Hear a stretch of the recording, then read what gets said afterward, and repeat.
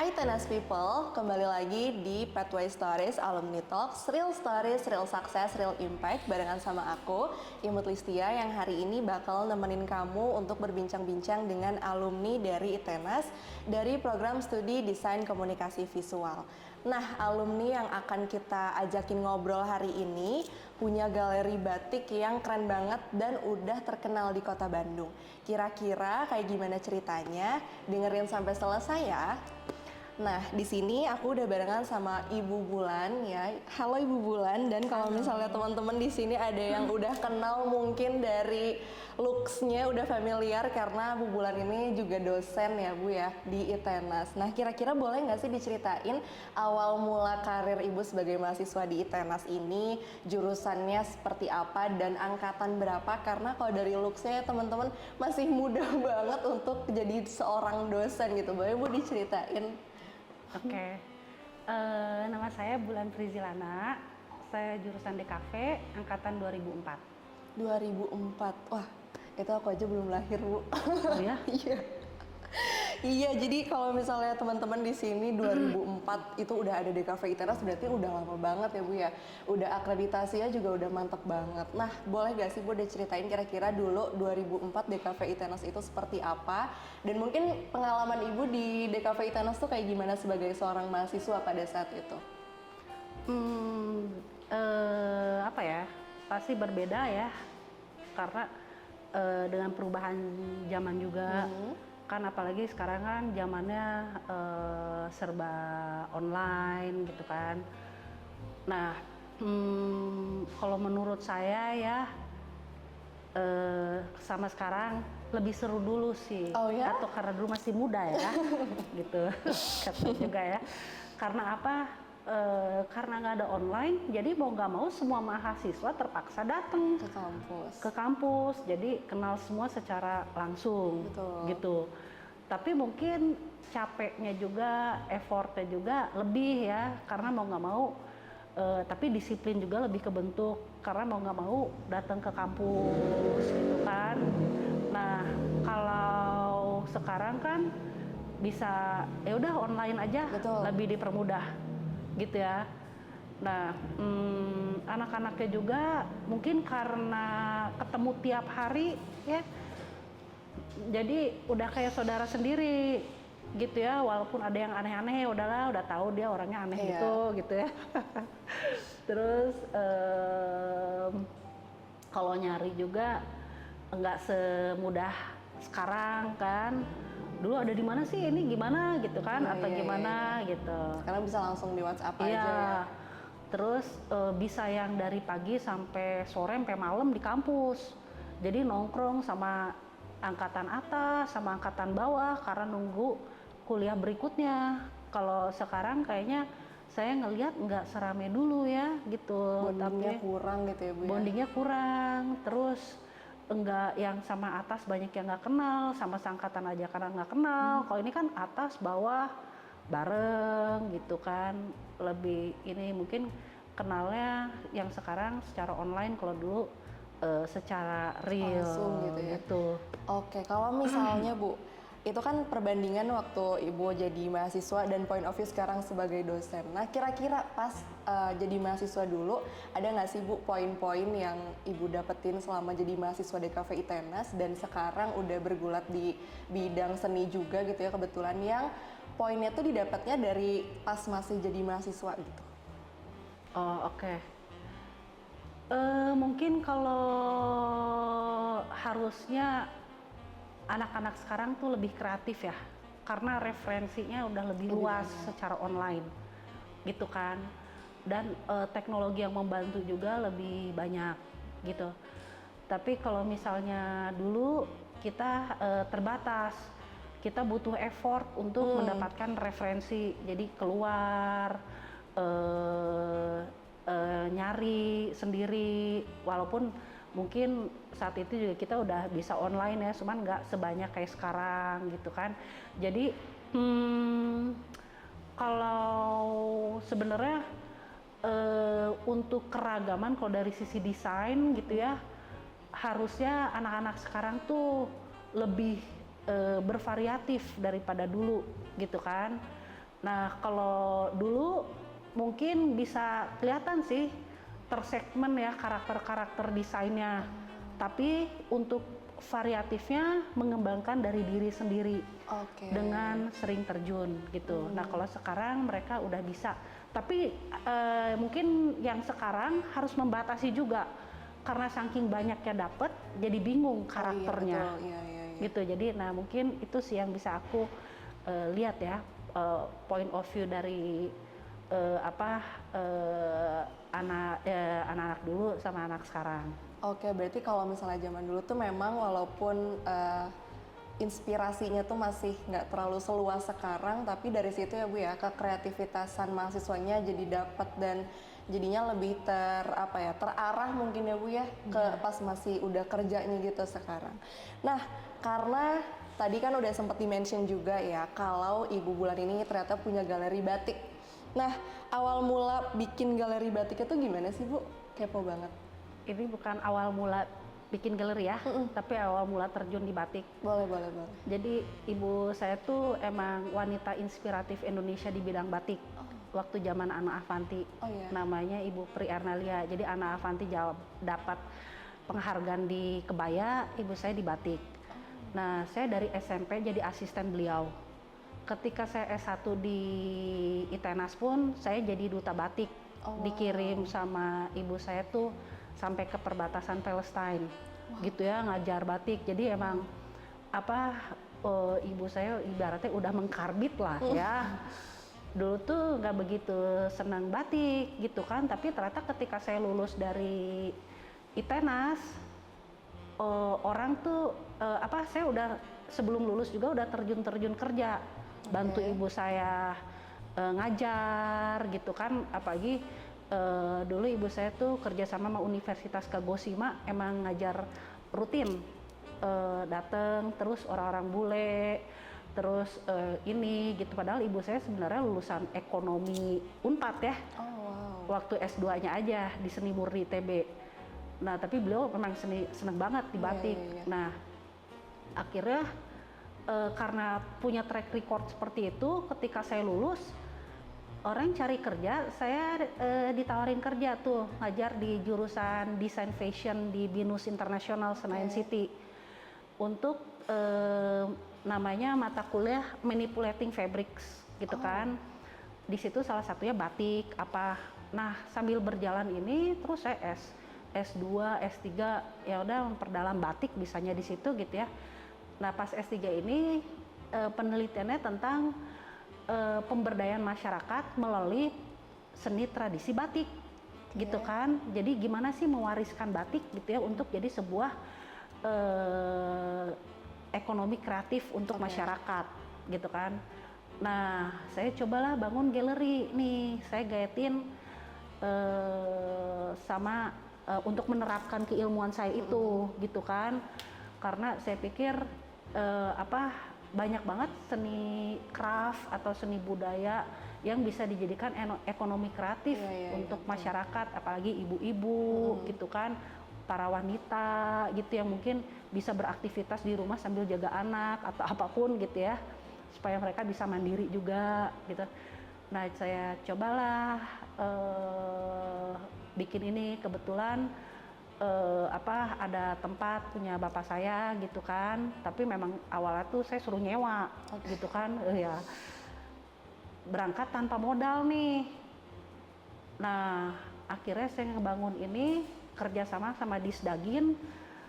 Project pertama ngelatih 10 pengrajin gitu kan, itu 100 juta lebih masuk tuh selama 10 hari. 20 pengrajin selama 10 hari 100 juta lebih, itu jadi modal untuk bangun galeri. Jadi pembuangan limbah apa semua. Nah, disitulah akhirnya awalnya saya jual ilmu gitu loh, bikin galeri apa gitu. Berarti di dalam galeri itu ada kegiatan kayak pelatihan gitu-gitu ya Bu ya? Atau kayak gimana? Yang sama pengrajin lokal? Nah, pengrajin lokal enggak ya, tapi memang saya menggaitkan kerjasama sama SMK, terus sama dinas gitu kan. Kalau SMK atau universitas itu untuk magang. Nah, kalau dinas itu untuk kayak pemberdayaan, melatih gitu kan saya ngasih. Jadi emang saya waktu itu mikir kan saya tanpa modal nih gitu ya. Apa sih yang bisa dijual gitu ya? Udah ilmu gitu kan. benar. Pengalaman saya selama ini kan udah ngelotok juga S2, S3 tentang batik gitu kan. Terus udah turun kerja terus itu ada juga beberapa kain banyak juga ya dari ibu, tapi dulu waktu itu ibu saya punya usaha, kain saya terbatas lah ya, sebagian kecil. Tapi ketika ibu meninggal kan itu semua saya yang handle jadinya, melanjutkan punya ibu gitu. Oke, nah kalau misalnya kita datang ke galeri batik nih Bu, kira-kira kita di sana apakah bisa menemukan ada signature style dari galeri Bulan ini, atau kira-kira batiknya kayak ya udah batik seluruh Indonesia atau kayak gimana Bu? Oke. Jadi kalau batik itu sendiri sebenarnya teknik ya membuat, jadi gambarnya tuh bebas. Gambarnya bebas. Mau kan ada batik printing itu sebenarnya bukan batik. Oh, Batik tuh membuat kain menggunakan canting dan malam panas. Iya. Tapi sebenarnya ada tambahan lagi kalau dari PBB yang dimana gambarnya memiliki nilai-nilai filosofi yang diturunkan dari generasi ke generasi gitu kan. Nah, jadi sebenarnya kalau untuk melestarikan seni tradisi batik atau pewarisan, saya tidak mematok, oh kamu bikin kaung, oh iya. kau nanti keburu kolot banget sih Iya gitu sih. ya anak muda ya. Bikin kreativitas, walaupun pada akhirnya mereka tetap harus memperdalam bagusnya ya nilai-nilai filosofi dari kain itu sendiri, karena ini kan sebenarnya bahasa DKV zaman dulu ya. Nah itu nilai-nilai simbolik yang sebenarnya luar biasa harus kita lestarikan. Jadi bisa ngebaca ini kain buat apa ya, ini buat apa kalau memang mau jadi expert batik ya.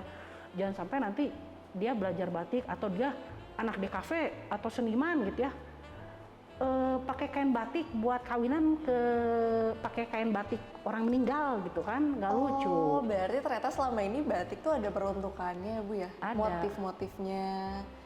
Oh alah, I see itu. Guys, Kan kalau buat misalnya ngomongin nikahan. batik berarti beda-beda banget ya Bu ya? Iya.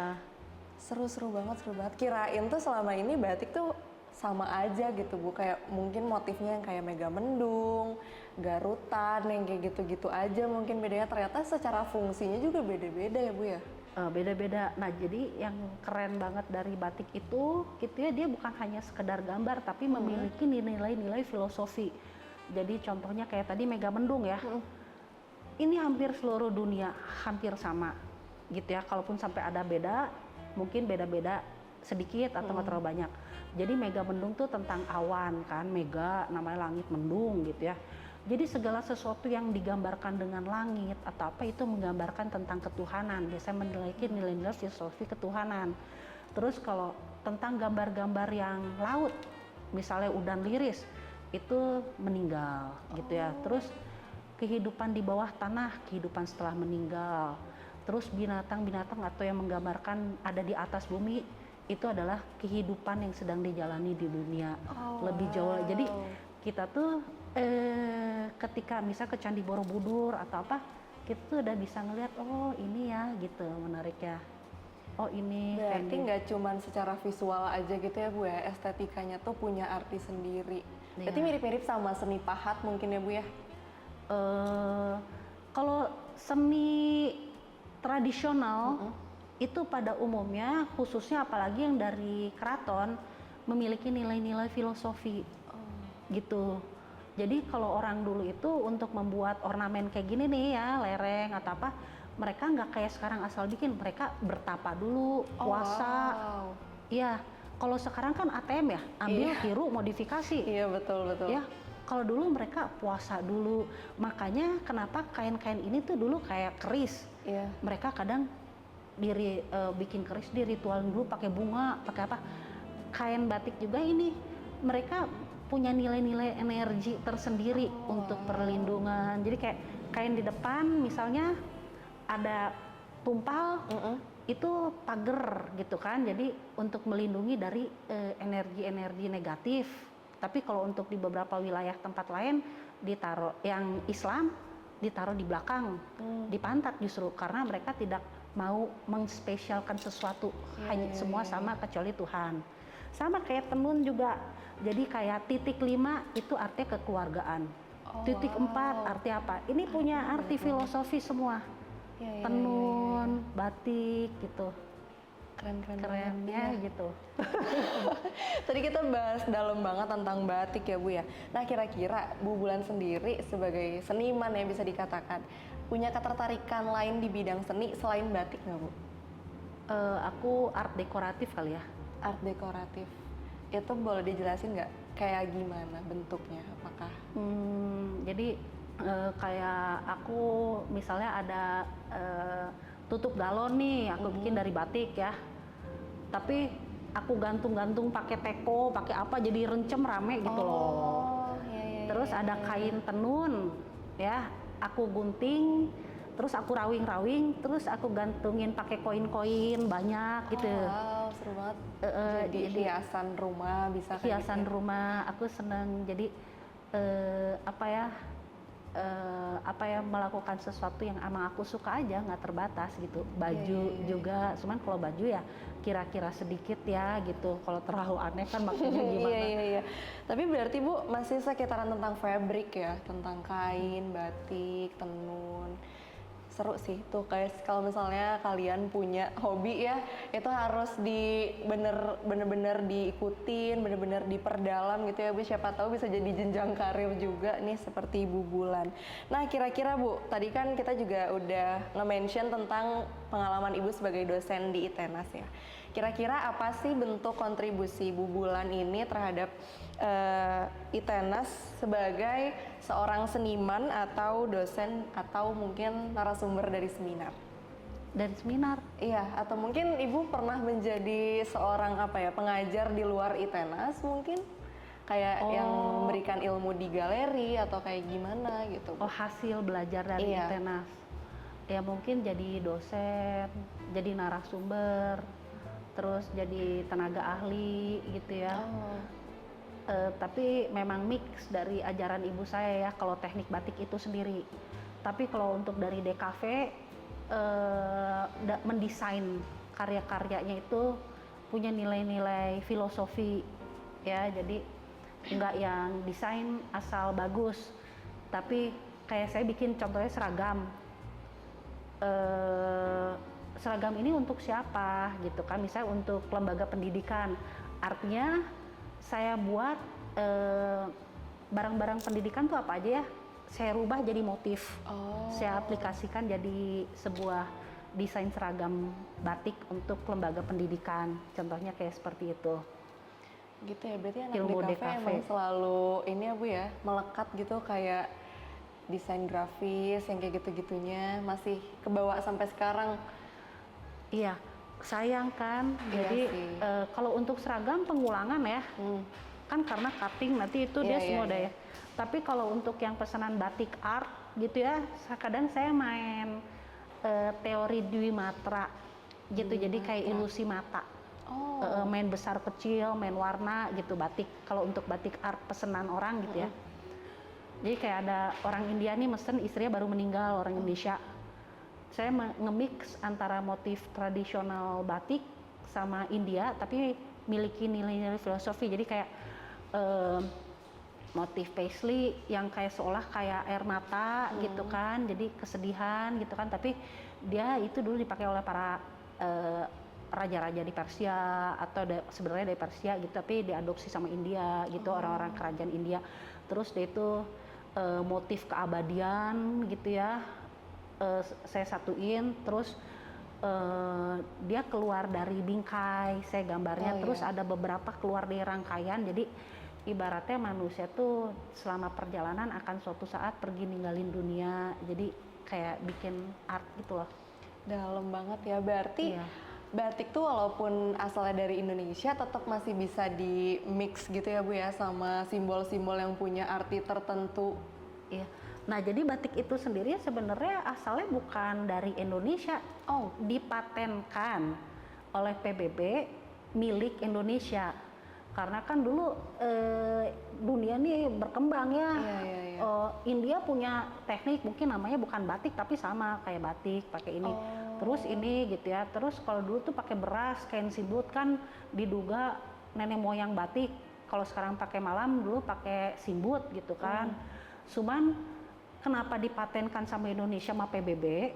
Itu karena batik itu paling dilestarikan, paling dibudayakan oleh Indonesia. Tapi ketika batik itu hilang, misalnya PBB merasa mulai terancam keberadaan batik, generasi penerus makin hilang, terus budaya batik misalnya kan sekarang kayak tiap Rabu atau apa pakai batik gitu ya, udah nggak pernah dibudayain lagi, bisa dicabut, dikasihin ke negara lain. Oh wow. Gitu. Iya, itu pentingnya ya Itenas People buat selalu menjaga kelestarian batik. Jangan pernah malu ya Bu ya buat pakai batik, karena nggak selamanya batik selalu formal ya Bu ya. Kadang bisa di mix and match juga gitu sama baju-baju yang mungkin pengennya kayak looks-nya fun gitu juga bisa kan ya Bu ya. Jadi jangan pernah malu buat pakai batik. Nah, terakhir mungkin Bu, kira-kira dari point of view Bu Bulan sebagai alumni Itenas, itu apakah ada yang bisa dikembangin untuk Itenas dari point of view dosen mungkin dan alumni juga gitu? Sesuatu yang bisa diimprove dari Itenas atau mungkin DKV Itenas khususnya? Iya, DKV mungkin ya. Kalau yang lain mungkin saya kurang paham gitu kan. Mungkin apa ya, bisa kayak DKV nih gitu ya, kali mempelajari DKV tradisional dulu ya. Jadi seperti yang tadi saya bilang, mereka bisa dikasih bahwa apa peninggalan artefak zaman dulu tuh memiliki nilai-nilai bahasa kode sesuatu. Nah itu satu ya, secara tradisional ya, dikasih pemahaman, nanti akhirnya berkembang kan karena banyak banget ya seluruh Indonesia. Ya contohnya kan kayak bikin undangan nikah buat orang Batak gitu ya. Kalau mereka nggak ngerti bahwa dari bentuk ornamen, warna, apa segala macam untuk orang Batak seperti gimana, mereka gitu aja gitu ya. Iya sih. Apa nih bahasa yang mau disampaikan? Oh bagus nih, estetis. Padahal undangannya pakai motif orang meninggal gitu kan, yang tadi itu kan ya gimana gitu, nggak match gitu ya. Nah, ya nggak tahu kalau punya filosofia till death do us part ya. Nah, makanya perlu tuh terus kan untuk pelestarian, untuk gimana terus sampai terbentuknya motif, pola pikirnya seperti apa, akhirnya baru dikembangkan ke ini. Karena kalau kita nggak itu, referensi sekarang kan mereka orang luar negeri terus ya. Loh, tapi yang sendiri nggak tahu gitu ya. Ibaratkan kayak orang luar negeri pasti datang ke sini ya pengen tahu budaya kita. Kalau batik itu apa sih? Iya. Atau tuh, saya nggak tahu batik. Terus ngapain? Saya taunya Korea gitu kan. Iya. Terus saya ngapain ke sini, mending ke Korea langsung kayaknya gitu. Iya, berarti emang harus bangga lah ya sama kekayaan negara sendiri gitu. Sebelum tadi udah dibilangin juga kalau misalnya nggak dilestariin bisa jadi dikasih ke negara lain kan bahaya juga ya. Iya. Nah Ibu, kira-kira nih ada nggak sih ajakan atau mungkin pesan Ibu buat penonton di sini buat ikutan daftar ke Itenas atau mungkin DKV gitu, atau boleh ajakan juga untuk datang ke Galeri Bulan, kasih tahu Bu alamatnya di mana? Aku juga pengen main-main soalnya. Ajakan untuk datang ya? Iya. Ajakan buat beli juga boleh. Apa ya? Kalau saya sih kerasa ya, alumni Itenas ini mereka bisa kerja. Oke. Saya juga nggak ngerti gimana caranya gitu, kenapa gitu ya? Karena apa ya? Bukan sekedar berkonsep ya, tapi mereka bisa berwira swasta gitu yang saya lihat ya. Nggak ngerti kenapa gitu ya, mungkin cara mendidik dosen-dosennya mungkin atau apa ya, saya kurang memperdalam ya, dan saya nggak bisa ngebanding-bandingin juga gitu kan sama yang lain gitu ya. Tapi yang saya lihat dari banyaknya anak-anak muda nih yang banyak berwira swasta di dunia kreatif dan segala macam, itu banyak anak Itenas banyak gitu loh. Terus ya kalau misal itu untuk ke Itenas ya, karena kan kita belajar tuh memang untuk bisa kerja, Betul. gitu ya. Terus kalau untuk ke bulan galerinya mungkin ya kalau mau belajar batik atau mau belajar itu bisa. Memang di bulan galeri bukan hanya batik sih ya, Oh ya, gitu. ada apa lagi Bu? Eh, ikat celup, marbling, kita iya, waktu itu pelatihan sama dinas. Cuman memang karena saya terjunnya penelitiannya banyaknya batik, jadi orang ngiranya tuh batik gitu. Padahal sebenarnya kayak ngolah kain, terus udah itu teknik-teknik tradisional lainnya kayak ikat celup itu ada sih gitu kan. Nah terus apalagi datang kemana lagi? Iya, alamatnya Bu boleh dikasih iya. tahu. Alamatnya Jalan Van de Venter nomor 7 Pavilion. Mungkin untuk saat ini gitu kan, kalau mau datang atau apa bisa melalui janjian. Jadi sekarang nggak terlalu open untuk publik, tapi lebih untuk representatif kerja. Jadi yang kerja sama kan kita tuh ngisi ekskul, jadi kayak sekolah apa gitu. Jadi kita lebih banyak keluar. Cuman di sana ada butik sih, butik ada. Kalau mau pelatihan juga bisa di sana gitu. Jadi lebih untuk representatif. Tapi base-nya janjian dulu. Kalau dulu kan open terus ya. Oh iya. Terus sekarang lebih itu. By appointment Itanas People. Jadi kalau misalnya pengen jalan-jalan di daerah kota Bandung, terus pengen lihat-lihat batik, lihat-lihat seni-seni yang dari fabric gitu ya, dan karyanya dari Ibu Bulan yang keren banget ini, boleh datang ke Jalan Van de Venter tadi ya. Ada kan Ibu ya di Google Maps? Bisa di IG juga ada. Ada apa Bu? IG-nya boleh disebutin? Bulan Gallery _Van_The Venter. Bulan Galeri _Van_The Venter. Harus di follow Itanas People ya, karena keren-keren banget. Aku juga tadi udah lihat-lihat Bu sedikit. Kan tadinya kita mau syuting di sana kan, terus tiba-tiba di sini. Padahal aku kayak pengen banget ke sana, kayak pengen lihat-lihat batik gitu ya. Karena aku sendiri suka batik, udah pakai batik Bu hari ini. Jadi kalau misalnya kamu Itanas People pengen jalan-jalan, langsung datang aja ke Galeri Bulan ini ya. Jadi keren-keren banget. Kamu juga bisa foto-foto ya Bu ya di sana ya. Boleh. Bisa difoto-fotoin karyanya karena keren-keren banget, dan cintai produk lokal, cintai produk negara sendiri. Mungkin gitu aja Bu pertemuan dan obrolan kita hari ini. Terima kasih sudah mau menyempatkan untuk ngobrol-ngobrol di podcast alumni. Mungkin sukses selalu aja buat galeri dan karya-karya lainnya. Semangat selalu Bu ngajar mahasiswa-mahasiswi DKV Itanasnya ya. Amin. Semoga banyak penerusnya yang mendalami perbatikan duniawi ini ya.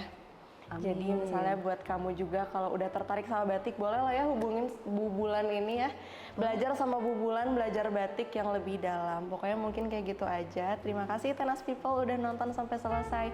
Sampai ketemu di episode selanjutnya.